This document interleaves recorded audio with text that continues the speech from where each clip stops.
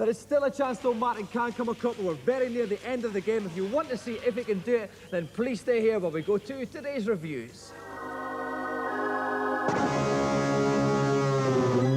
First up, Dave and Rick tried to look moody over the Saturn's Virtua Fighter remix. This means they got some hip DJ in to add a couple of drum beats and a chicka-chicka-huh noise. Or maybe not. Well, Virtua Fighter really has been the Saturn's flagship game, and Virtua Fighter Remix bridges the gap between Virtua Fighter and Virtua Fighter 2. It's all the usual characters from the first game, but they've all been guru shaded like in the second game. And it's really quite good, although there aren't many differences in the playability. I've never been a great Virtua Fighter fan. I've never liked the playability itself, and I certainly didn't like the graphics. So they have improved at least one of my quibbles. The only problem is, I still don't like the playability. It's still, to me, the slowest of the fighting games, 3D fighting games, I hasten to add, that are on the market.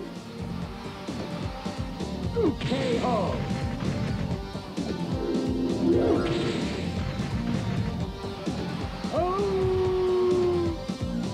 Next up, top arcade racing action ahoy on the PC with Screamer. And being a Virgin game, expect some crazy controversial ad campaign to follow.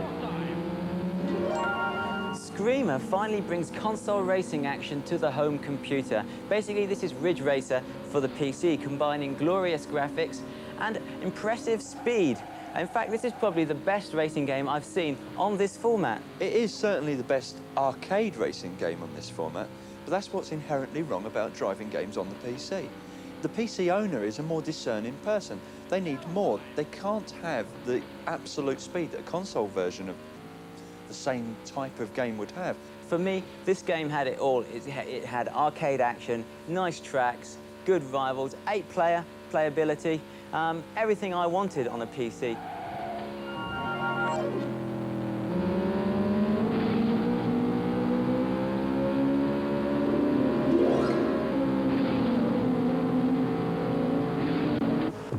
Finally, Destruction Derby on the PlayStation is a game that encourages you to smash into other cars, which isn't big or clever and can have your eye out if you're not careful.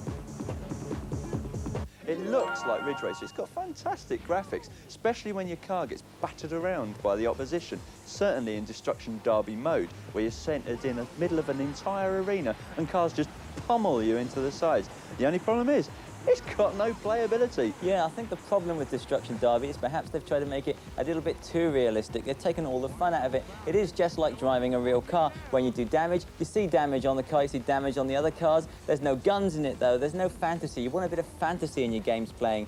And most of all, they've tried to make it like rock and roll racing. They've got the commentary in there and everything, but there's none of the playability, none of the fun.